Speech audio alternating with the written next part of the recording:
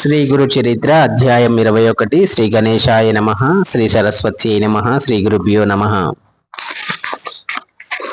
సిద్ధమునీంద్రుడు ఇంకా ఇలా చెప్పసాగారు.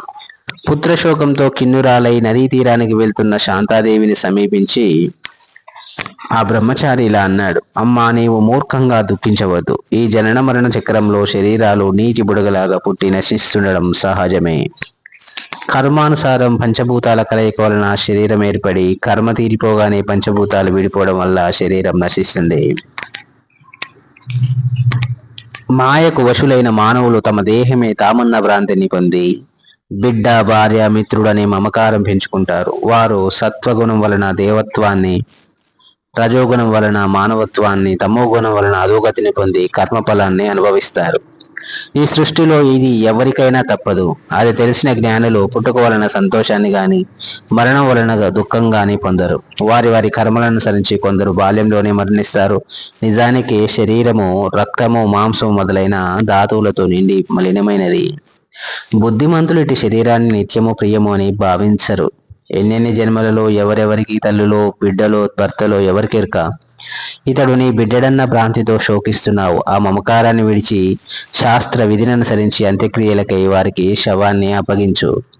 ఆ మాటలు విని శాంతాదేవి, అయ్యా, మీరు కరుణతో ఉపదేశించిన ధర్మమే గాని అది నా మనసులో కొంచెం కూడా నిలవడం లేదు. జనన మరణాలకు మూలం కర్మే అయితే భగవంతుని సేవలను నశిస్తుందని పెద్దలు ఎలా చెప్పారు. నాకు పూర్వకర్మ దోషమున్నదని తెలిసే నేను స్వామిని సేవించాను. శ్రీగురుడు నాకు అభయమిచ్చి వరమిచ్చాడు. ఇప్పుడు మరి నన్ను ఎందుకు ఇలా ఉపేక్షించాడు? రోగులు వైద్యుడిచ్చే మందుతో జబ్బు తగ్గించుకుంటున్నారు. పేదవారు శ్రీమంతుడిచ్చే ధనంతో కష్టం తొలగించుకుంటున్నారు. అలానే శ్రీగురుని సేవించి ఆయనిచ్చిన అభయాన్ని నమ్ముకొనడమే నా మూర్ఖత్వమా? ఈ నా బిడ్డ శతాయుష్మంతుడవుతాడని ఆయన వరమిచ్చాడు. నాకు దాపురించిన పిశాచ భయాన్ని పోగొట్టి సాక్షాత్తు ఆ భగవంతుడే ప్రసాదించిన ఈ ఫలం విఫలమైందుకు కావాలి. ఆయన యొక్క ఈ కీర్తి నరదిశలా వ్యాపించడానికైనా ఈ నా దేహాన్ని కూడా ఆయనకే సమర్పిస్తాను అన్నది.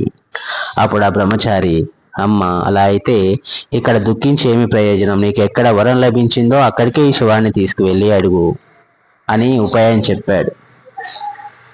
ఆ తల్లి అందుకు అంగీకరించి శవాన్ని తన కడుపు కట్టుకొని పంచగంగా సంగములోని శ్రీగురుడు అధివసించిన ఉదుంబర వృక్షం వద్దకు వెళ్ళింది. అక్కడ ఆమె పట్టరాని క్రోధావేశంతో అచటి పాదుకలకు తన తలను కొట్టుకుంటుంటే రక్తము కారి పాదుకలు తడిశాయి. సాయంత్రం అయ్యేసరికి బ్రాహ్మణులు వచ్చి ఆమెతో, నీవు దుఃఖమనుచుకొని కర్తవ్యం ఆలోచించు. కొద్దిసేపట్లో సూర్యుడు అస్తమించులోగానే అంత్యక్రియలు పూర్తి చేయాలి. శవం ఇంకా వాసన కూడా వస్తుంది కనుక దానిని మాకు అప్పగించు. అంతేగాక ఈ స్థలం ఊరికెంతో దూరం, ఏకాంతం, భయంకరం అయిన ఈ ప్రదేశంలో మీరిక ఉండవద్దు అని తొందర పెట్టారు. కానీ ఆమె అదేమి పట్టించుకోకుండా శవాన్ని మరింత గట్టిగా పట్టుకొని పాదుకులకు తన తల కొట్టుకుంటూనే ఉన్నది. ఆ బ్రాహ్మణులు వేరు దారి లేక, ఇక చీకటి పడుతున్నది, ఇక్కడ దొంగల భయం ఉన్నది, మనం ఇంట్లోకి వెళ్ళి రాత్రి ఉపవాసం ఉండి తెల్లవారాక శవ సంస్కారం చేద్దాం. ఈ శవం దుర్వాసన కొట్టినప్పుడైనా ఆమె మనకు సంస్కారానికి అప్పగిస్తుంది అనుకుని ఇళ్లకు వెళ్ళిపోయారు. గంగాధరుడు, శాంతాదేవి మాత్రం ఆ శవంతో పాటు శ్రీగురుని సన్నిధిలో ఆ రాత్రి అలానే ఉండిపోయారు.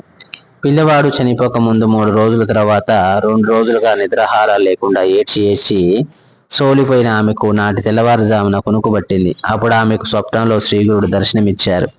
ఆయన జడలు, విభూతి, పులితోలు, రుద్రాక్షమాలలు ధరించి ఉన్నారు. ఒక చేతిలో దండము, మరో చేతిలో త్రిశూలము ధరించి ఉన్నారు.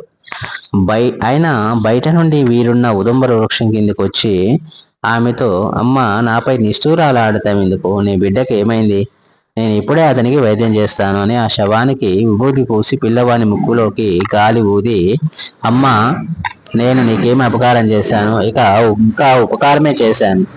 నీ బిడ్డ శరీరం నుండి వెడిలిపోయిన ప్రాణవాయువును మళ్ళీ ప్రతిష్ఠించాను. నా మీద కష్టపెట్టుకోవద్దు, ఇక దుఃఖించకని చెప్పి అదృశ్యులయ్యారు.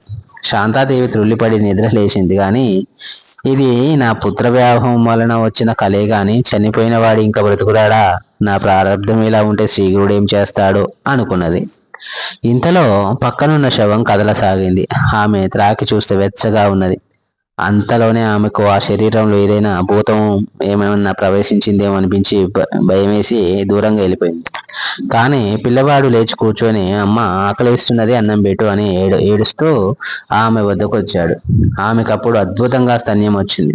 ఆమె బిడ్డకు పాలిచ్చి భర్తను నిద్రలేపి జరిగినదంతా వివరించింది. అప్పుడు ఆ దంపతులు భక్తితో ఆ ఉదంబ వృక్షానికి ప్రదక్షిణలు సాష్టాంగ నమస్కారం చేసి శ్రీగురునిలా స్తుతించారు. ఓం శ్రీ గురుమూర్తి జయము జయము. సాక్షాత్ త్రిపూర్తి స్వరూపులైన మీరు భక్తులపై వాత్సల్యంతో మానవ రూపం ధరించారు. వారి హితం కోరి నిరంతరము వారిని కనిపెట్టి కాపాడి తరింపజేయడానికే ఈ క్షేత్రంలో వెలిశారు. భక్తుల తాపాలను హరించే మీ మహత్యాన్ని వర్ణించడము ఎవరి తరమూ కాదు. తల్లి వలె మీరు మా తప్పులు క్షమించి కృప చూప మిమ్మల్ని శరణు వేడుతున్నాము. తర్వాత వారు పిల్లవానితో సహా వెళ్ళి సంగమ స్నానం చేసి ఆ నీటితో గురు పాదుకలు కడిగి శుభ్రం చేసి ఉదంబర వృక్షాన్ని పాదుకులను అభిషేకించి పూజించారు.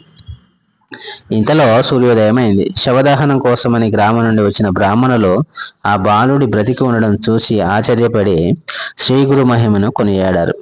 ఆ దంపతులు ఆనందంతో బ్రాహ్మణులకు భోజనం పెట్టారు. తర్వాత ఆ పిల్లవాడు విద్యా వినయ సంపన్నుడు, దీర్ఘాయువు, భాగ్యవంతుడు అయ్యాడు.